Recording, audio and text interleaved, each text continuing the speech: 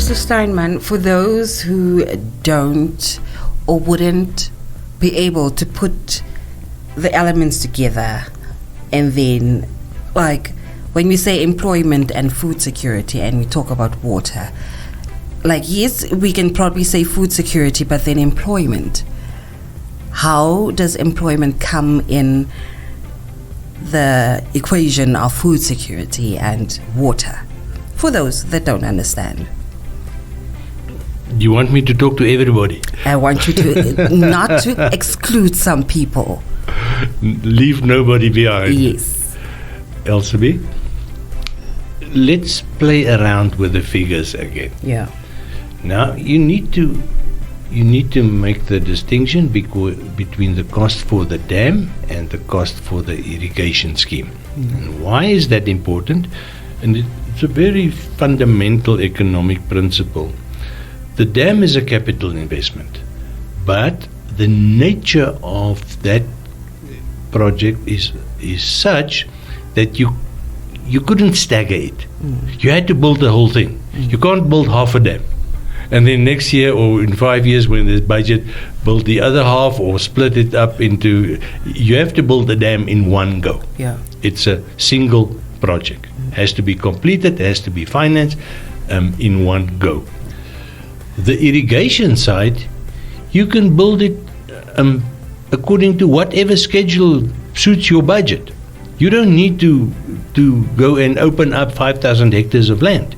You can start with a stupid 100 hectares of land. Yeah. I mean, all the people that I know that irrigate fairly big on their farms, and I'm talking Summerdown district, this sort of central part of Namibia, but also Otavi Valley, Grootfontein area, Shumeb district, where there is serious irrigation, and don't forget Stampriet, where there's good production under irrigation. None of those really big producers started out with 200 or 300 hectares. They started out, and don't laugh, with 2 or 3 or 5 tiny parcels of land. But because it's intensive, it means that the yield is very high. Yeah. Remember that distinction that I made? Extensive, intensive.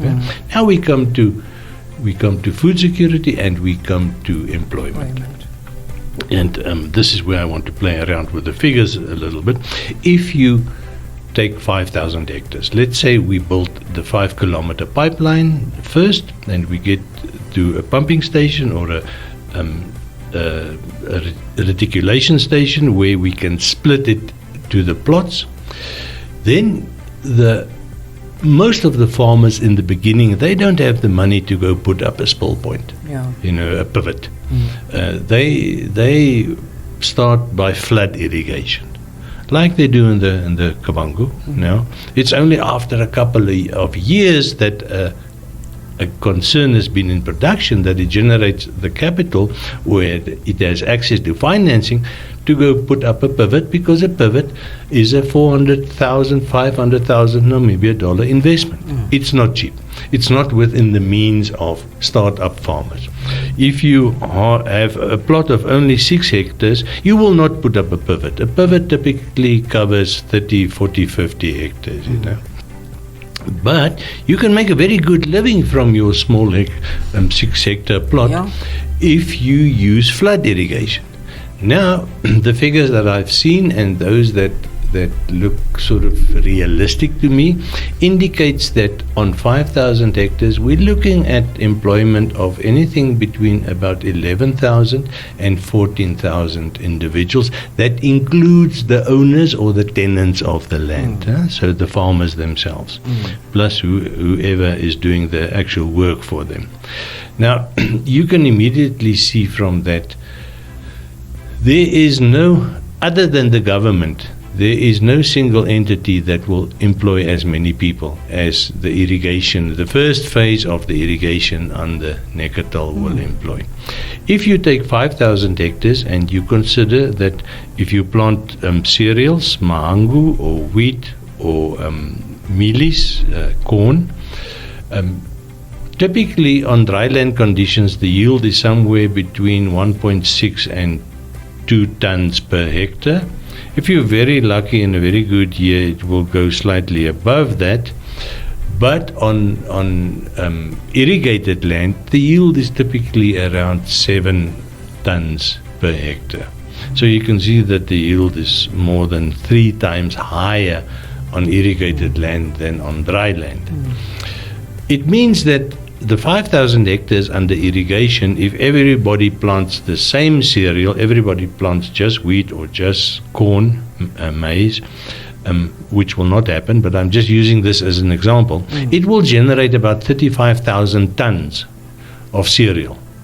Now consider that our annual requirement is about 88,000 tons. Do you immediately see where we're going in terms of food security? Yeah. There's one project. There's one relatively small 5,000 hectares, the size of a normal farm anywhere else in Namibia, can generate anything up to about between 35 and 40% of what we need for food security in Namibia. Now remember, when I talked about food security, I explained to you that one must never think we will produce 100% everything that we need. Yeah. It is whether we produce enough of the staple, the basic food stuff, so that we can supplement the rest by what we import.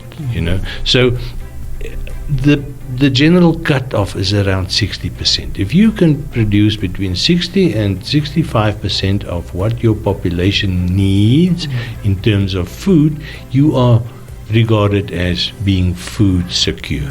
If you produce less than that, you are food insecure. So just going by the annual demand for cereal in Namibia, it shows you that there's one project, Necketal, can easily provide between 35 and 40% of the cereal that we need. Now that is a big jump to food security. It is. And this is the way we must think about it. Eventually, really, in 30 years from now, this almost 8 billion will be just as insignificant if you consider what Hardap cost us in 1967. So we must not be doing that at all. But thank you so much, Mr. Steinman, for coming through once again and having this important talk.